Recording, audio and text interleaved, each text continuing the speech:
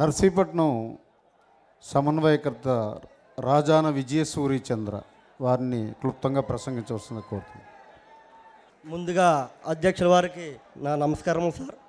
ముఖ్యంగా ఒక విషయం ఏంటి చెప్పాలంటే, మొన్న గత ఎలక్షన్లో కూడా మేము 2 కౌన్సిలర్లకు వెళ్ళడం జరిగింది సార్. అలాగే పంచాయతీ కూడా చెట్టిబెల్లి 390 మెజార్టీతో కూడా మేము సర్పంచ్ కైసం చేసుకున్నాం సార్. ఉప సర్పంచులు కూడా మా నియోజకవర్గంలో 2 ఉప సర్పంచులు, ఒక 50 వార్డు నెంబర్లు కూడా గెలవడం జరిగింది సార్.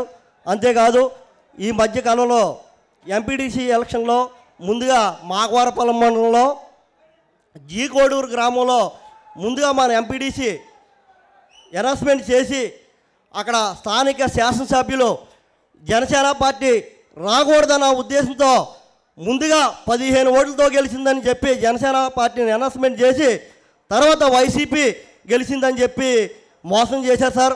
ఎంపీటీసీ సేనాపతి చేసి అలాగని చెప్పి జీకోడూరు సార్. అలాగే సార్ 3 స్థానాల్లో కూడా మేము పోటీ ఇచ్చాం సార్, గట్టి పోటీ ఇచ్చాం.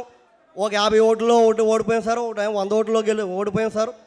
అంతేకాకుండా ఈ మధ్యకాలంలో కొంగసింగ్లో ఒక కార్యకర్త చనిపోతే మన జనసేన పార్టీ నుంచి 2 లక్షల రూపాయలు మన శివశంకర్ గారి చేతుల మీదుగా కూడా చెక్ ఇవ్వడం జరిగింది సార్.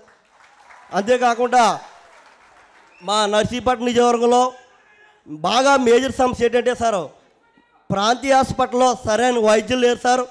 కనీసం ఈ మధ్యకాలంలో వాటర్ అది కూడా ఇవ్వలేని పరిస్థితి ఉంటే మన జన సైనికులందరినీ కూడా తీసుకెళ్ళి అక్కడ ధర్నా చేసి అక్కడ వాటర్ వచ్చే విధంగా కూడా మేము కృషి చేసాం సార్.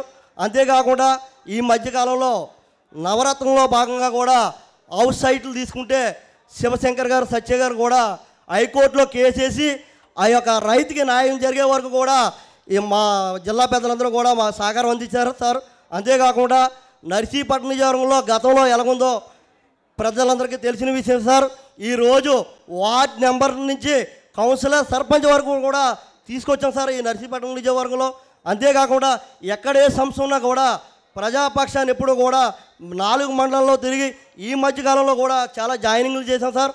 జనసేన పార్టీ వైపు చాలామంది మీ నాయకుడికి సమస్య చెప్పుకుంటే క్లియర్ అవుతుందని చెప్పి ఒక నమ్మకం ప్రజల్లో కూడా జనసేన పార్టీ మీద వచ్చింది సార్.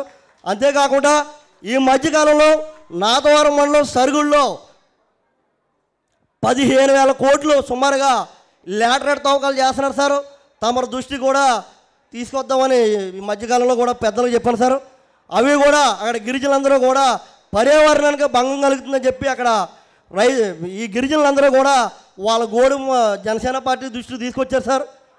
అది తమ దృష్టి కూడా తీసుకొచ్చి అక్కడ లాటరైట్ కూడా చాలా అక్రమ తవ్వకాలు చేస్తున్నారు సార్.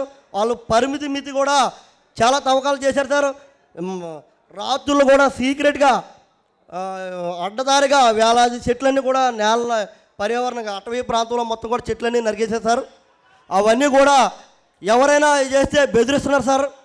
ఎవరైనా వెళ్ళి వాళ్ళకి గిరిజనులు కూడా గోడు చెప్పుకుంటే మిమ్మల్ని చంపేస్తాం, లేదంటే కప్పెడేస్తాం, లేదంటే అక్రమ కేసులు పెడతామని చెప్పి వాళ్ళందరి మీద కూడా భయాందోళన గురి చేస్తున్నారు. తమ దృష్టి కూడా ఈ విషయం తీసుకొస్తున్నారు సార్. నాతవరం మండలం సరుగుడు అసనగిరి గ్రామం సార్, నర్సీపట్నం నియోజకవర్గం సార్.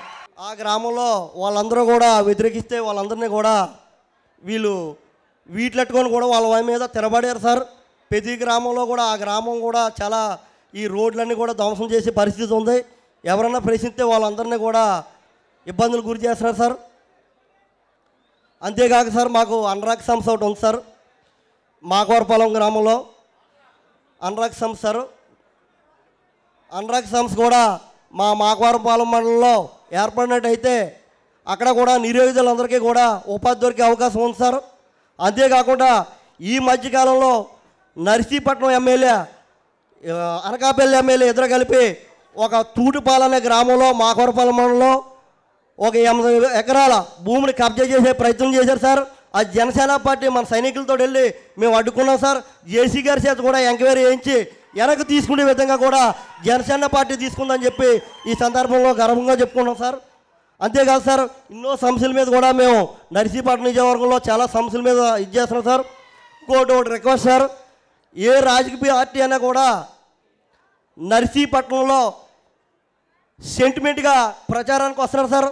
తమరు కూడా సెంటిమెంట్గా భావిస్తారని చెప్పి కోరుకుంటూ సెలవు తీసుకున్నాం సార్. నర్సీపట్నం గురించి చెప్పాడు.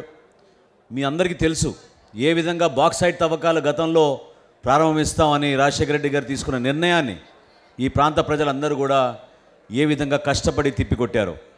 కానీ ఈ రోజున బాక్సైట్ పేరుతోటి భయంకరంగా లాటరైట్ తవ్వకాలు జరుగుతూ లాటరైట్ని వీళ్ళు ఎగుమతి చేసుకుంటూ ఇతర దేశాలకి పంపించి భయంకరంగా సంపాదిస్తున్నారు. అక్కడున్న ఆండ్రాక్ సంస్థ కూడా ఇప్పుడు కొత్తగా ఏదో లండన్లో సమావేశాలు ఏర్పాటు చేసుకుని రాష్ట్ర ప్రభుత్వం నుంచి ఈ ముఖ్యమంత్రి గారికి సంబంధించిన మిత్రులు దానిలో ఉన్నారు కాబట్టి ఆ కంపెనీలో వాళ్ళు కూడా లబ్ధి కలిగే విధంగా ఈ ప్రభుత్వం నిర్ణయం తీసుకోబోతోంది. అటువంటి అంశాలు అనేకమైన ఉన్నాయి. ప్రత్యేకంగా రక్షత మంచినీటి పథకం గురించి, అదేవిధంగా కనీస వసతులు లేని గిరిజనులు, అక్కడ ఎక్కడ కూడా ఇళ్ల సౌకర్యం లేదు. ఇళ్ల పట్టాల విషయంలో ఏ విధంగా ఈ రాష్ట్ర ప్రభుత్వం ఎమ్మెల్యేల ద్వారా ఎంత మోసం కలిగించిందో మీ అందరికీ తెలుసు. స్థానికంగా ఉన్న శాసనసభ్యులు భయంకరంగా భూసేకరణ చేసి కనివినైన రీతిలో రాష్ట్ర ప్రభుత్వం తరఫున వాళ్ళకి చెల్లించి ప్రజలకి మాత్రం న్యాయం చేయలేకపోయారు.